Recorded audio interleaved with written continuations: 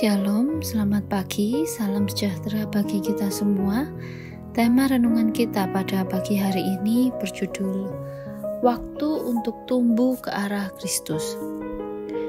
Semua makhluk hidup, baik itu manusia, binatang, tumbuh-tumbuhan, akan mengalami perubahan, bisa semakin merosot atau makin berkembang. Memang diharapkan perubahan itu menuju perkembangan, namun harus diakui kenyataannya perubahan makin merosot juga bisa dialami, termasuk tubuh manusia. 2 Korintus 4 ayat 16 dituliskan, sebab itu kami tidak tawar hati, tetapi meskipun manusia lahiriah kami semakin merosot, namun manusia batiniah kami dibaharui dari sehari ke sehari. Secara alami, tubuh jasmani tidak bisa dicegah akan makin merosot dan berakhir dengan kematian. Namun diharapkan manusia batiniah kita akan makin berkembang untuk menjadi serupa dengan Kristus, yaitu perubahan-perubahan pikiran, perubahan perasaan, karakter, perbuatan, hubungan sosial, dan hubungan dengan Bapa. Sebagai orang Kristen, kita harus terus bertumbuh dan menjadi semakin serupa dengan Kristus dalam setiap aspek kehidupan kita. Proses ini adalah perjalanan seumur hidup yang melibatkan Roh Kudus yang bekerja dalam diri kita. Tumbuh ke arah Kristus adalah kehendak dan tujuan Tuhan, di mana tujuan Allah memanggil kita bukan hanya sekedar masuk surga, tetapi lebih dari itu, yaitu agar kita menjadi serupa dengan Kristus. Dan bertumbuh menjadi seperti Kristus bukanlah pilihan, melainkan tujuan utama dari kehidupan seorang Kristen. Ini adalah panggilan tertinggi dan tujuan yang harus kita kejar. Tumbuh ke arah Kristus adalah hal yang penting karena mencerminkan kemuliaan Allah. Tujuan Allah menciptakan dunia termasuk manusia adalah untuk kemuliaan Tuhan.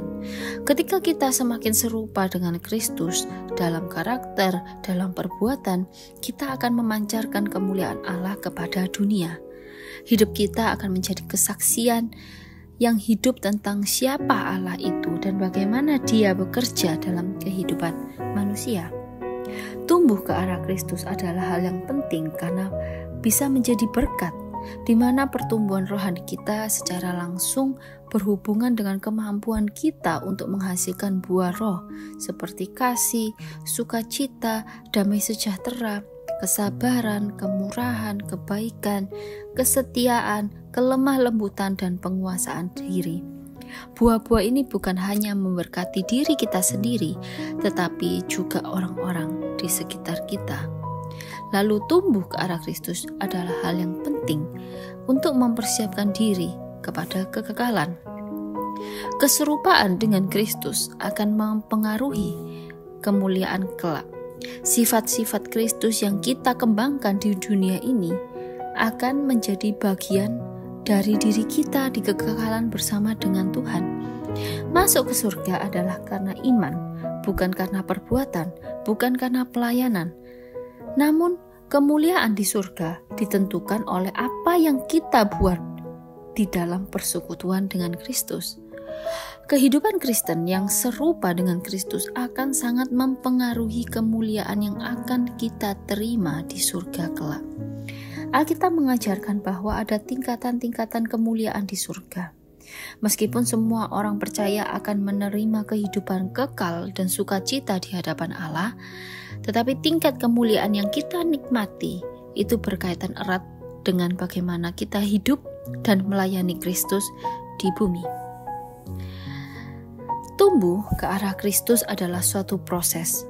Perubahan karakter ini adalah proses umur hidup yang terus-menerus, artinya butuh waktu, tidak terjadi secara instan, dan bisa membutuhkan waktu seumur hidup. Tuhan bisa pakai siapapun, Tuhan bisa pakai apapun untuk memproses anak-anaknya.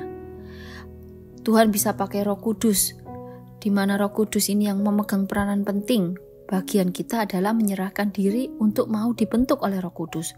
Tuhan juga bisa pakai firman Tuhan, melalui teguran, melalui nasihat, dan lain sebagainya. Oleh sebab itu kita perlu baca, kita perlu renungkan, dan kita perlu melakukan firman Tuhan.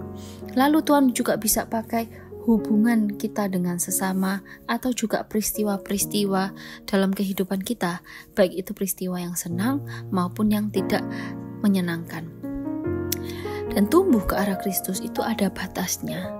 Proses itu akan berhenti, yaitu ketika kita meninggalkan dunia ini atau ketika Yesus datang yang kedua kali.